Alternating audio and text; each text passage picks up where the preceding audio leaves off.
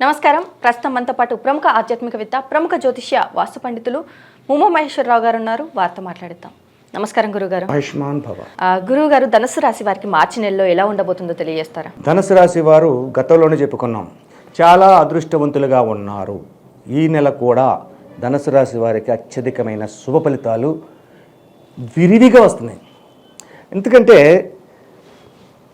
ధనుసు రాశి వారి మీద గురు దృష్టి మళ్ళీ పడుతుంది 2 రోజుల తర్వాత. 3వ తారీఖు నాటి నుంచి గురు దృష్టి ధనుసు రాశి వారి మీదకి నవమ దృష్టిగా పడుతుంది. 9వ స్థానాన్ని చూస్తున్నాడు. ఎప్పుడైతే అటువంటి పరిస్థితి వచ్చిందో ధనుసు రాశి వారికి ధనస్సులో ఏ గ్రహము లేదు. గురుగ్రహము ధనుసు రాశికి ఆధిపత్యాన్ని వహించిన బృహస్పతి, ఆ బృహస్పతి వృషభ రాశిలోకి వచ్చి వృషభ రాశి నుంచి ధనుసు రాశిని మకర రాశిని కూడా చూస్తున్నట్టే లెక్క వస్తుంది. ఫలితాలు ఇటువంటివి వస్తాయి. ఎటువంటి ఫలితములు అంటే గడవాలి కొన్ని రోజులు. దాని వలన యోగదాయకమైన పరిస్థితిని వీళ్ళు పొందగలుగుతున్నారు, ఉపయోగకరమైన ఫలితాలు పొందగలుగుతున్నారు. ఏంటో ఉపయోగమైన ఫలితాలు? వ్యాపార రంగం శుభదాయకంగానే ఉంటుంది.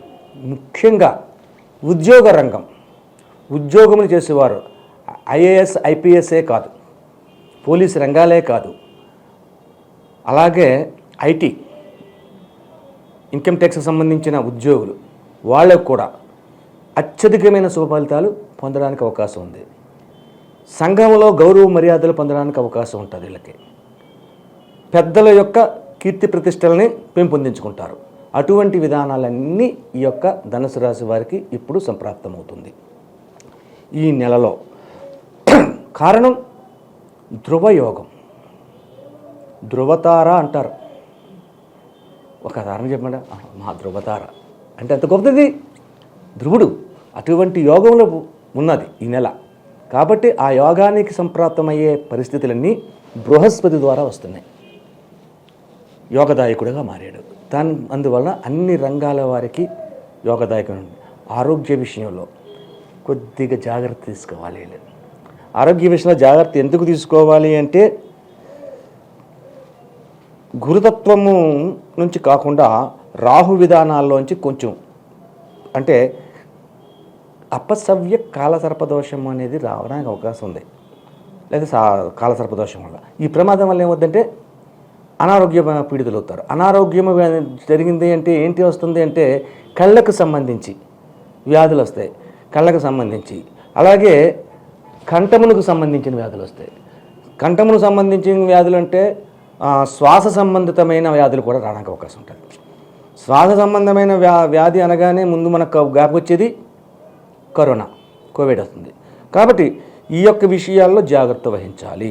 ఈ యొక్క రాశివారు ఈ యొక్క నెల కాలమునందు మాస్క్ను ధరించుకుని ఉంచుకోవడం చాలా మంచిది అని నా సూచన. మరి విద్యార్థులకు ఎలా ఉండబోతుంది? విద్యార్థులకు కూడా సేమ్ పరిస్థితి.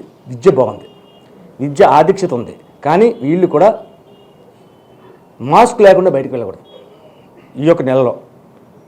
ఎందుకంటే కొని తెచ్చుకున్నట్టు అవుతుంది, ఇబ్బందికరమైన స్థితి వస్తుంది. అటువంటి పరిస్థితిని మనం తెచ్చుకోకుండా ఈ రాశి వారు పాటించాలి. అంటే నేను పెద్ద పెద్ద రాళ్ళు మోయమని లేదు, పరుగులు ఎత్తమని లేదు, ఏమీ లేదు. ఒక మాస్క్ని ధరించమని చెప్పు. దానివల్ల ఉపయోగకరమైన పరిస్థితి. ఎందుకంటే నేను మెట్రో ఎక్కుతుంటాను, ఎవరికి మాస్క్ ఉండదు, ఎవరికో ఒకళ్ళు ఎదుర్కొంటారు కనబడుతుంది. అజాగ్రత్తలు అంటారు. అదే మెట్రో అనగానే ఏసీ, అన్ని డోర్స్ అన్నీ క్లోజ్ అయిపోతే ఈ మనం తీసిన శ్వాస అంతా మిక్స్ అయి పడుతుంది, అటు దగ్గరికి రాక్కలేదు. అటువంటి పరిస్థితి.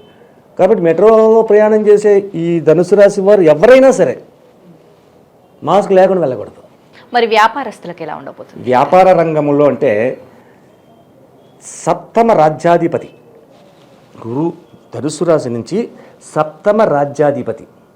సప్తమం అంటే కలత్రభావం, రాజ్యస్థానం అంటే లైఫ్ సెటిల్మెంట్ చేసే విధానం.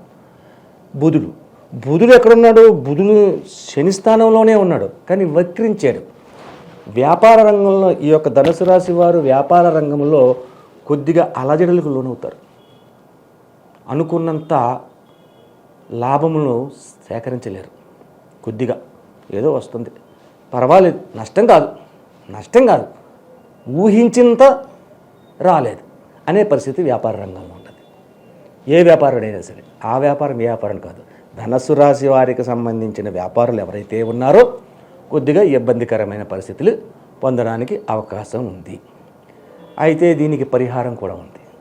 ఎప్పుడైతే ప్రాబ్లం పుట్టిందో దాన్ని సొల్యూషన్ పుడుతుంది అంటారు, కాదు, ముందు సొల్యూషన్ పడుతుంది.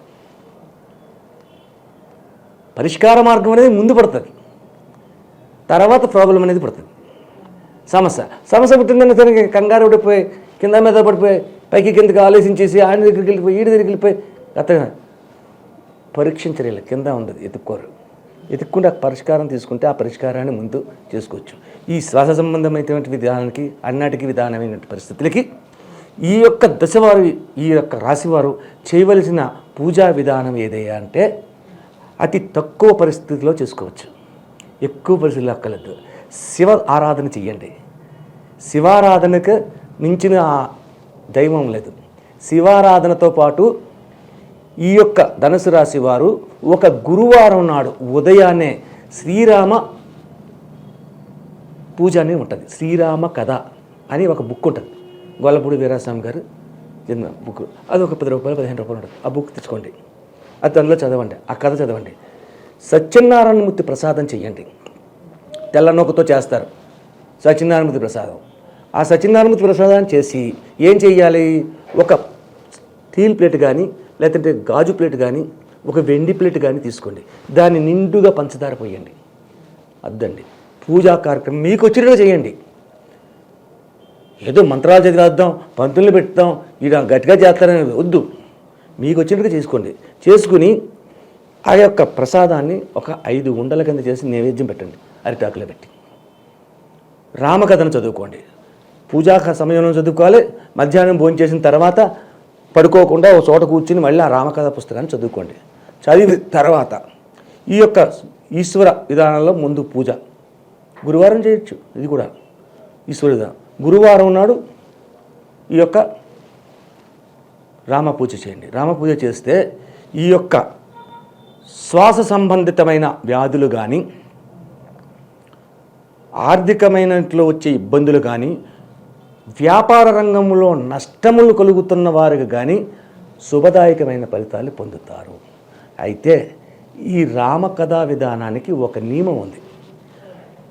గురువారం నాడు ఒకరోజే చేయమన్నాను ఈ యొక్క విధానం. అంటే ఉన్నదే 31 రోజు, మరి మనం చెప్పినట్టు చేయాలంటే కష్టం కదా.